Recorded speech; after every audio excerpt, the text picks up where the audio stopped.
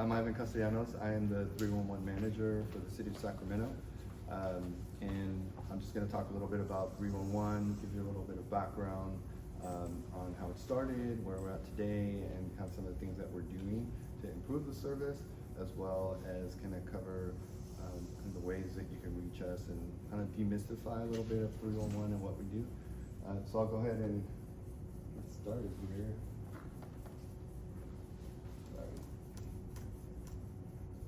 So basically we're trying to make city services more accessible. That's our ultimate goal, is to provide a one-stop shop for folks when they're calling to request services. We're available 24/7, 365 days a year, and a lot of times folks think we're closed on holidays, and we're not. Recycling and solid waste is out picking up garbage as well on holidays. We have multiple channels that you can reach us through. We support pretty much all the major city departments, as well as dispatching for 10 departments, which a lot of folks don't realize that we have that function. So I'll kind of cover a little bit of that as well. As far as the history, prior to 2008, each department kind of had their own customer service function, and when somebody needed, for example, a streets issue resolved, they would have to call Public Works, or they'd have to call Animal Care, and so on and so forth. And what the city decided to do was launch 311 and consolidate a lot of those customer service functions. And so now we have a centralized contact center, basically, where you can call us, let us know what the issue is, and we make sure that it gets to the appropriate department so that they can get to work on solving the issue. And as I mentioned, we're open 24/7. We're a small but mighty team. When it first launched, there was only, I believe, 12. What do I have up here? Yeah, 12 customer service representatives and the manager. We now have 33 positions. We also have 3 supervisors and 3 specialists, which are like team leads. Myself and an administrative analyst that helps support the division. And typically we have about 17 to 20 agents during business hours, and then we're staffing down in the swing shift down to like about 6 agents, and then we have 1 person that's there overnight, basically, to answer any urgent type calls. And just to give you a little bit of an idea of the volume of work, this is fiscal year 22-23. We received over 500,000 service requests, and so that's, for all the different departments, including a lot of general calls. We get a lot of general information questions that aren't necessarily resulting in a work order. Those are included in that. The online requests, which include mobile and web, as well as our email, were over 182,000 through that channel, and then over 274,000 phone calls that we actually answered. We also have a number up there, which is 44,000 or so calls that were transferred to other departments or to the county by our virtual agent. That was something that we recently piloted. Well, it's been a couple of years now, actually.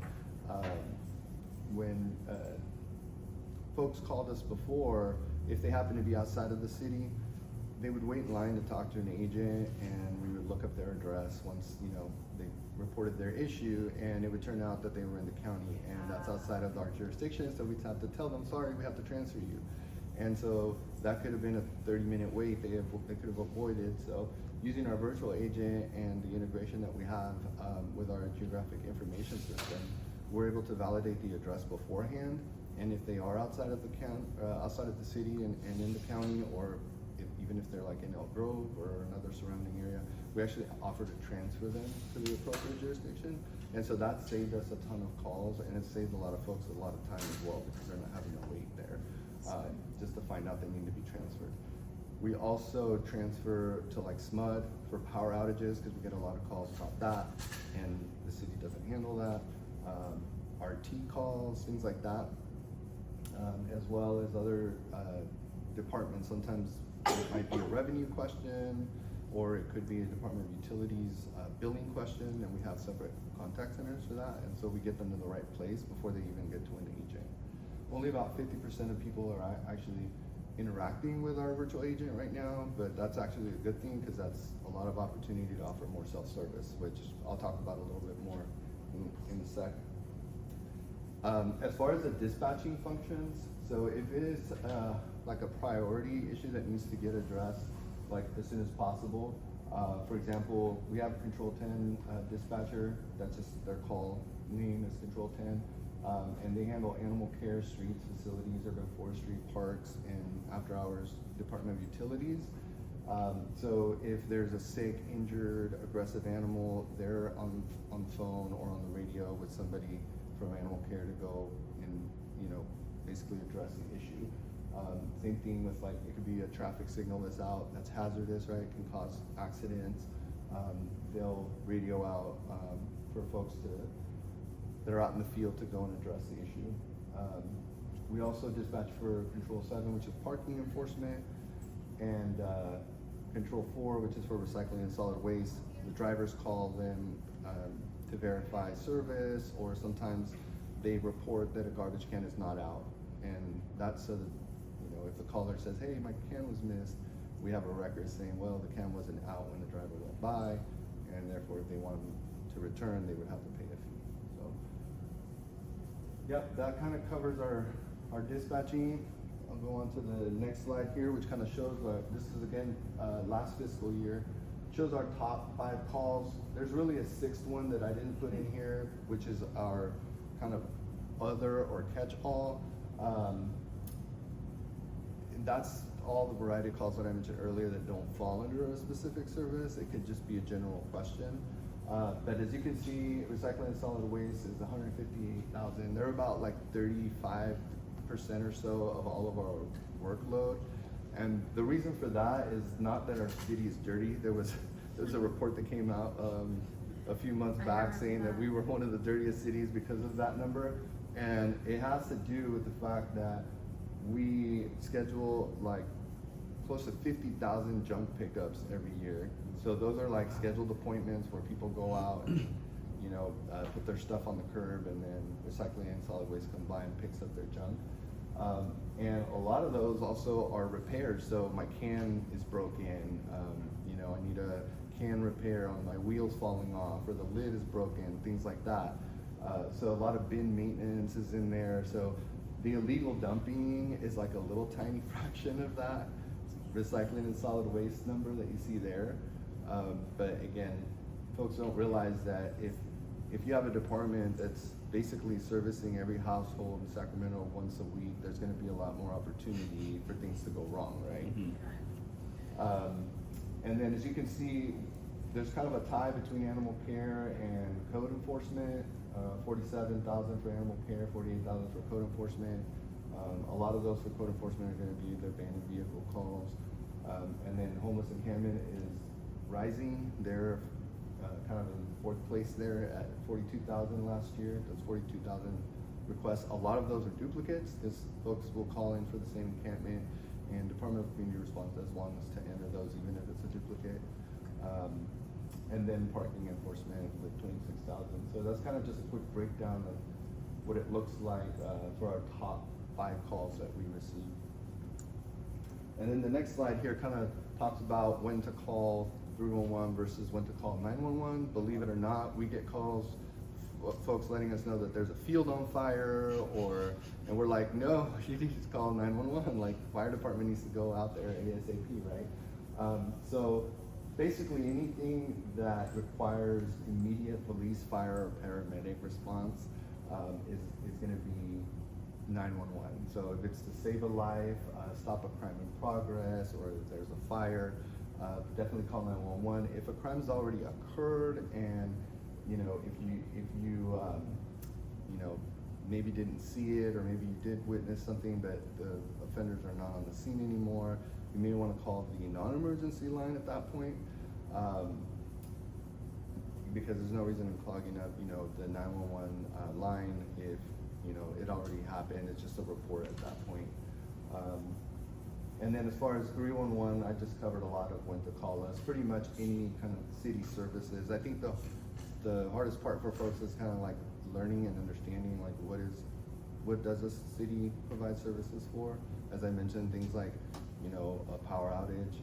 Sometimes folks think that we would be able to do something about that, but like I said, it's mud. Even poles being down, we get reported poles, and if they're those wooden poles, those are all SMUD poles, so we have to actually refer them to SMUD. I didn't know that. Yeah, and but for the most part, if it's something on the street, you can call us. So it could be a hazard on the street. It could be, like I mentioned, illegal dumping, graffiti. I mean, pretty much anything that you see, any blight you see, even if it's on private property, that's a code enforcement issue. So that could be reported to us as well.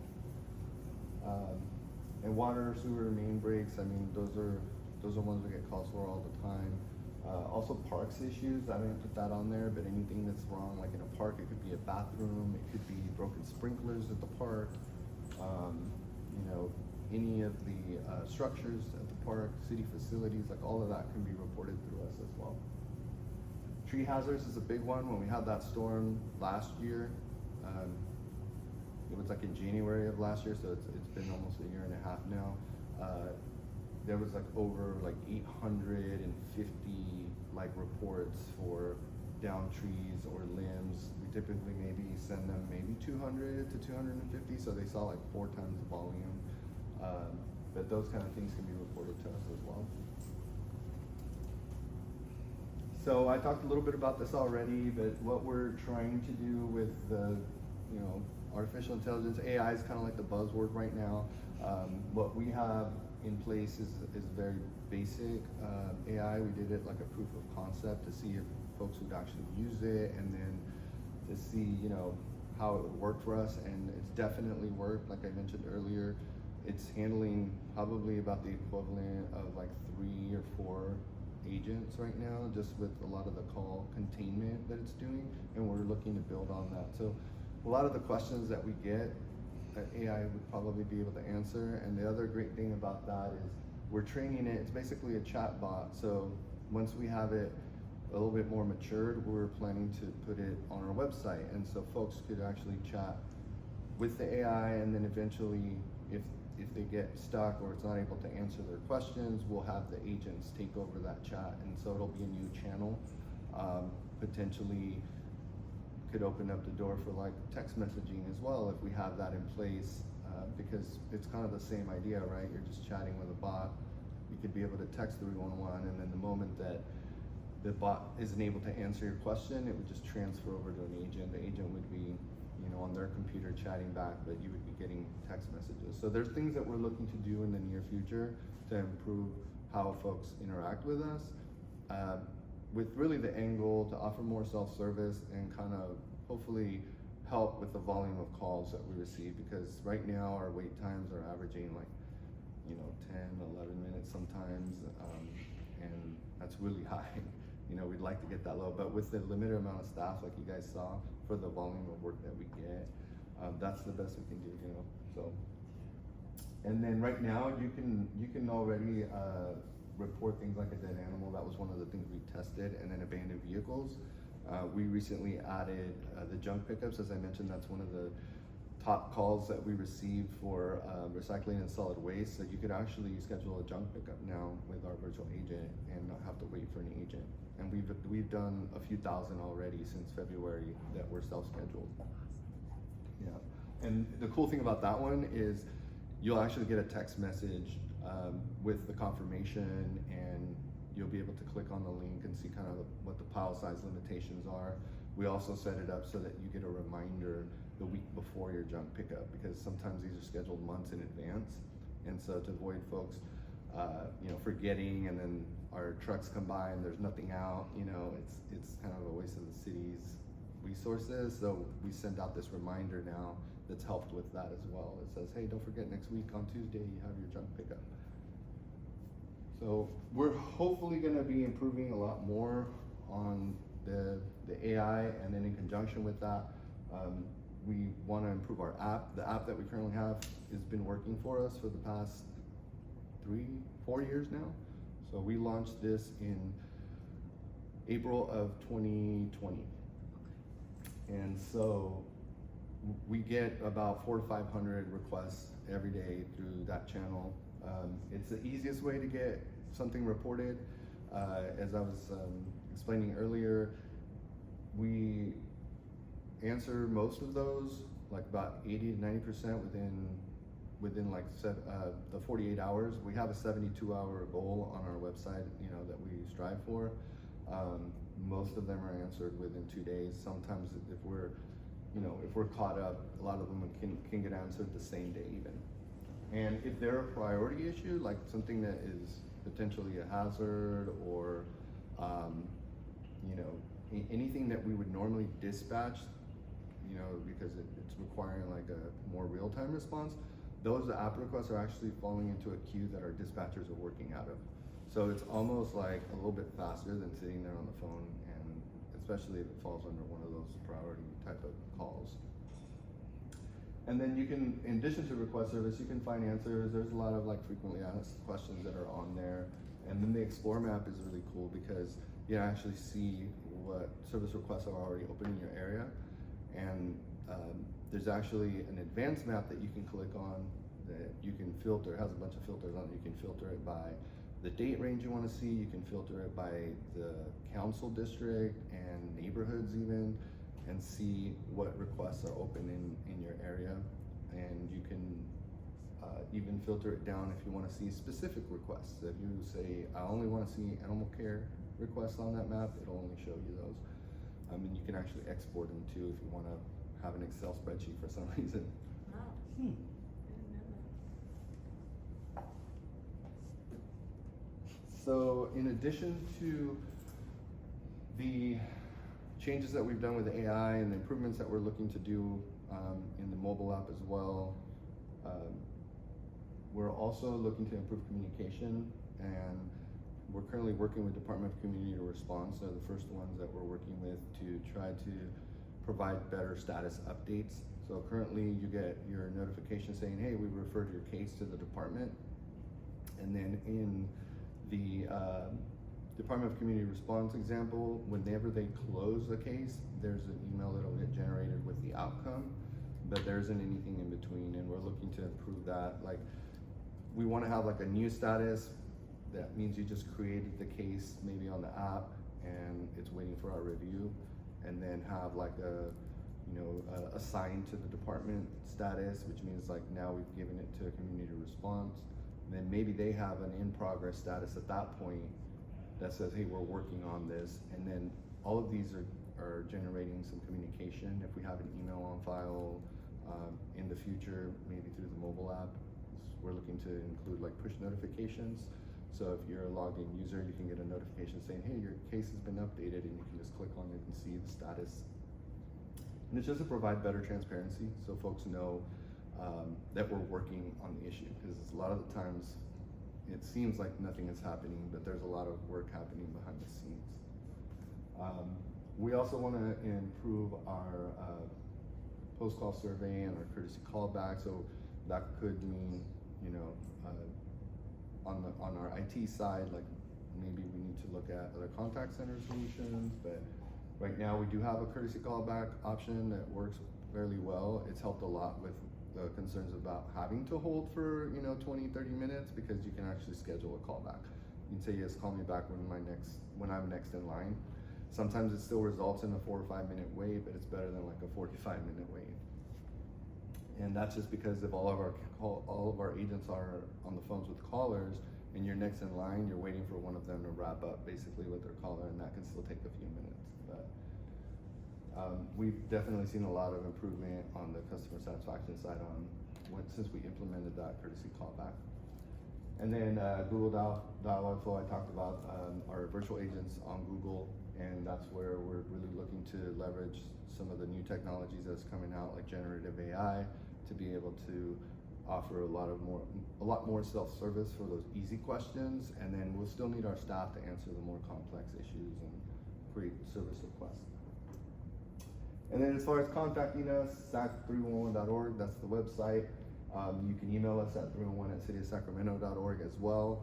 That one is not my preferred method, just because you may not know what information we need. So if you send us a problem, we might have to reply back and say, okay, well, we need the car make, model, and the license plate number, for example, if it's an abandoned vehicle, or you may have forgotten to provide an address, or so on and so forth. If you use the app, we've built those questions in, so you're giving us all of the answers that we need to be able to create that work order. So definitely download the app.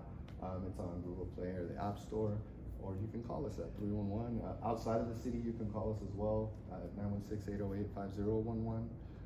If you're in the county and you call 311, you're gonna get their 311, as it's all based on like the cell towers. So some folks that are right on the border know to call us directly on that 916 number so that they don't get picked up by a different cell tower in the county and get routed to the wrong place. So just another inside tidbit. So that's about it. This next piece was business resources. They're not here, but there's also some business resources on the mobile app. There's a way for them to, for businesses to contact that department and request. Yes, I have a question. Awesome.